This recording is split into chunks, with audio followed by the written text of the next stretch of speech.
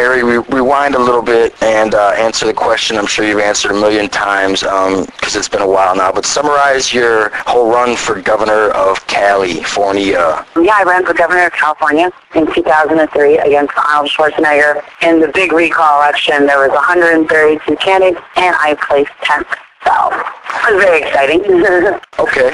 You were just on VH1 Celebrity Rehab. Can you introduce the whole concept behind that show? And what was the biggest thing that you took away from the whole experience? The show is basically, like celebrities living in rehab with Dr. Drew. Everyone had different drug or alcohol problems. For me, it was definitely Xanax. It was a big thing for me. And also, I used to drink, I could drink a bottle of vodka. You know that. You see me drink. A lot. I was actually wondering if you remembered any of those 3 days. A little. We went to Mancow and we went to the Cubs game. Yeah, the Cubs game was so fun. And you remember how I crashed the van? I destroyed our van. You know what? Was that at night when was I in the car? No, I wasn't in the car. No, that was when I dropped you off at Mancow and I went and parked the van. And I drove it in the parking garage, and I fucking just tore it up. Oh, yeah, that was crazy. I was on Xanax at that time, and I'm not anymore. That was the greatest thing Dr. Drew did for me. I also don't really drink. I do still drink, but not, hard liquor, just, kind of wine. And not, a bottle. And I don't do shots of Jaeger. I don't think I'll ever drink Jaeger again in my life because, Jaeger for me is just made me really crazy. But, it was really fun to live with everybody. I really enjoyed, all the friends. I'm still very good friends now with Rico Rodriguez, who was a former UFC fighter. I was actually just at Tito's fight, and he was in Tito's corner for the UFC fight. I think it was about a week and a half ago in Vegas. You know what? Did he win that fight? I haven't even checked it out yet. Tito lost, actually, but... oh, man. Yeah, I think he lost by a decision. Well, at least he didn't get knocked the fuck out in front of Jenna. That would have been embarrassing.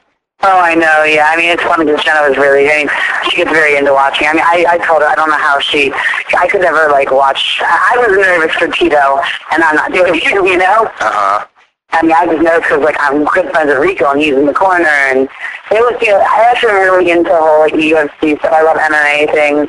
I watch a lot of Elite XC fights. I love fights, so. Now, how's Rico doing, since we're on the subject of Rico? Rico is doing really well. He got his kid back, and his girlfriend's about to have a second baby for them, and he's training hard, and I think he's going to try to get back into fighting. Mm-hmm. I'm not sure what league yet. I know Tito's going to another league. I'm not sure which one. I think Rico's going to try to get into that.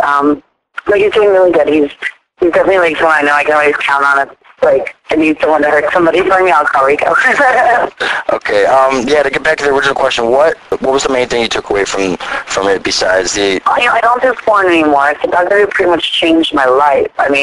I'm not hooked on any, pills. I do take Seroquel, which Dr. Drew prescribed me to sleep at night, sleep at anxiety. But he just, he made me realize who I really am and helped me change out of the career I was in, which I don't think porn's bad. And I definitely could not say that I would never do porn again, but as of now, I'm not working on it. And now I have lifelong friends for the show.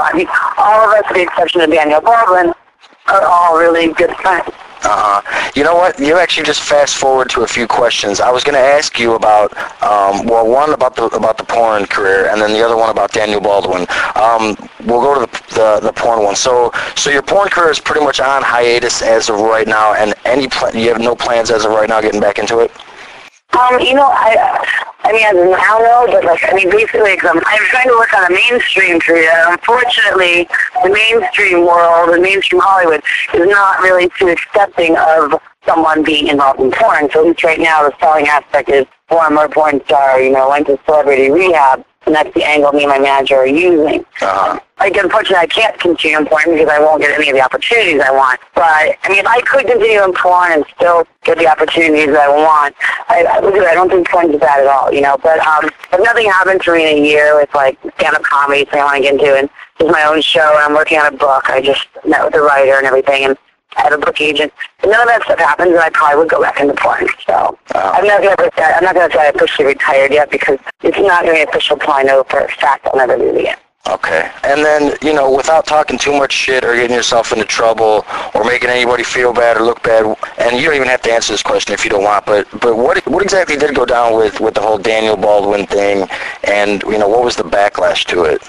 Daniel, like on the first day in there, which, Daniel got married the day before he went in. The first day in there, he started, he asked me his phone number, and I thought it was a number for sober living, but then he told me to send him some pictures of myself. I just said he wanted me to send him naked pictures, and we started texting back and forth, and he was texting me a lot of, like, dirty type things, like, telling me to go masturbate in the bathroom, and I was like, what about my roommates? And he was like, turn the water on in the sink and stuff like that, call me, and he knocked at my door at 2 in the morning while I was asleep. My roommates heard him. And then the next day, he told me to erase the text messages, so I did.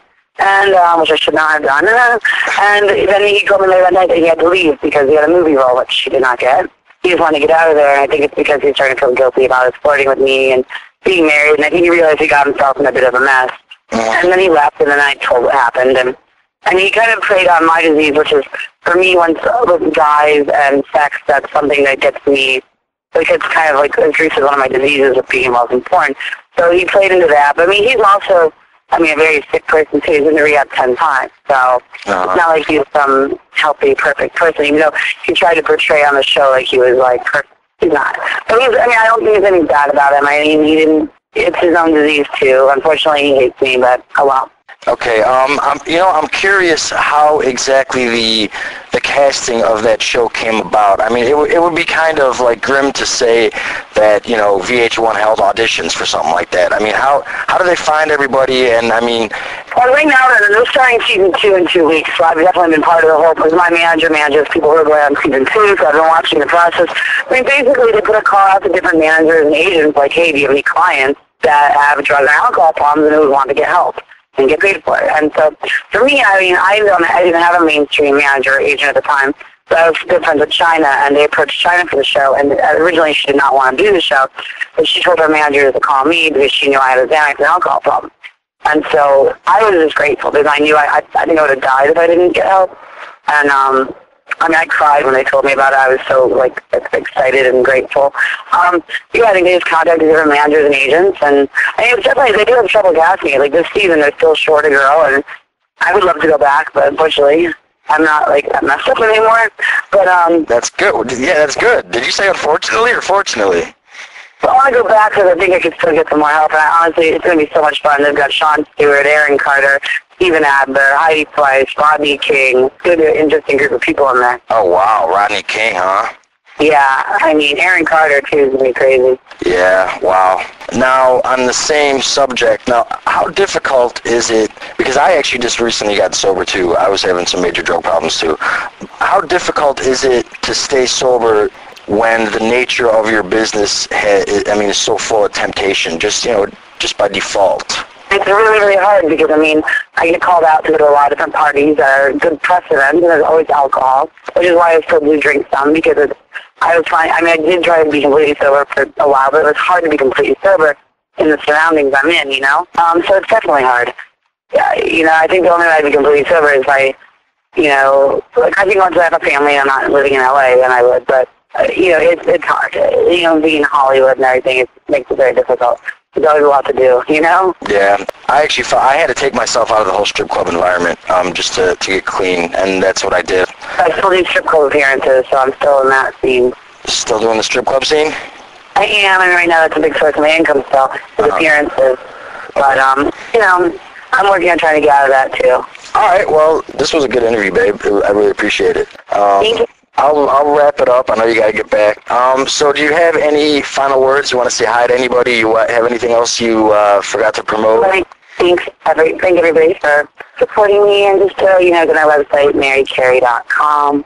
And my MySpace page is a link from there. And I don't know, just like I'm working on a book, and I just hope people keep supporting me. You're the shit, babe. I appreciate it. Okay.